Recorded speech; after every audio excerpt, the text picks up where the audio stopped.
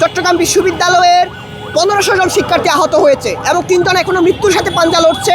এবং আমরা দেখেছি সেখানকার বিশ্ববিদ্যালয়ের প্রশাসন শিক্ষার্থীদের নিরাপত্তা প্রদান করতে ব্যর্থ হয়েছে। আমরা দেখেছি সেখানকার নিরাপত্তার দায়িত্বে থাকা প্রক্টোরিয়াল বডি তারা শিক্ষার্থীদের পাশে থেকে কোনো ধরনের উদ্যোগ তারা গ্রহণ করেনি।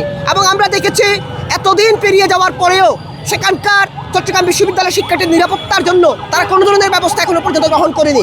এবং আমরা দেখছি সেখানকার স্থানীয় সন্ত্রাসীরা যারা চট্টগ্রাম বিশ্ববিদ্যালয়ে হামলা করেছে এই সমস্ত হামলার বিচার এবং নিরাপত্তা প্রদানে ব্যর্থ প্রক্টোরিয়াল বডির পদত্যাগের জন্য গত 52 ঘন্টা ধরে চট্টগ্রাম বিশ্ববিদ্যালয়ে 9 জন শিক্ষার্থী তারা আমরণ অনশন করেছে।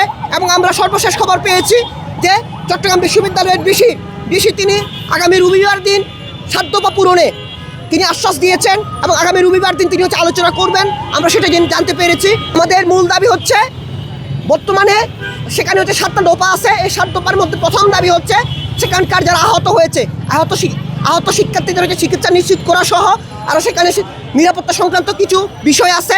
একই দিকে শিক্ষার্থীদের নিরাপত্তা প্রদানে ব্যর্থ প্রক্টোরিয়াল বডির পদত্যাগ আমরা চেয়েছি।